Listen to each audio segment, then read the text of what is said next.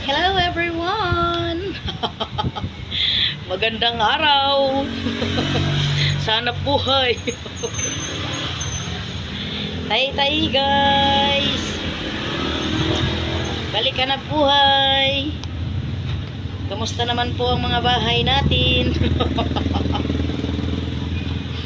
Maganda pala si Boss Meta kapag ka hindi ka magpo-post eh. Napapansin ka niya, pero kapag ka oras-oras, araw-araw ka nagpo-post, di ka talaga niya mapapansin.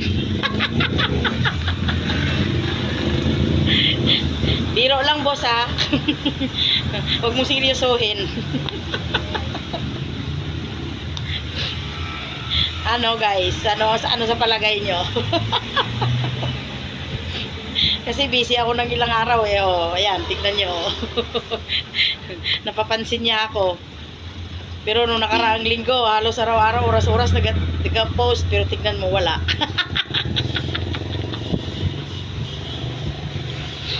But it's okay. Tuloy po tayo. Ang importante guys, enjoy tayo sa mga ginagawa natin. Di ba?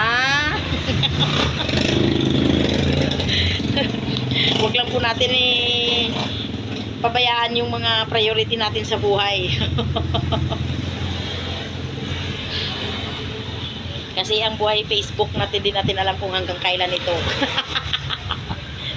Good vibes lang po tayo palagi, 'di ba? Kung hanggang kailan siya, di okay. Importante enjoy. Masaya lang lagi. Yung akala nila okay ka lang.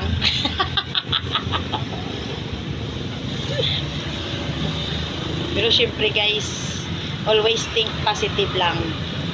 Tsaka tiwala lang sa Panginoon. Hindi niya tayo papabayaan. Diba? Maraming salamat pala guys sa walang sawang pag-support nyo. Ayan, follow and share po tayo dyan. Baka naman. Kung hindi po tayo mabalikan agad, huwag po kayo mag-alala kasi dahan-dahan lang po tayo.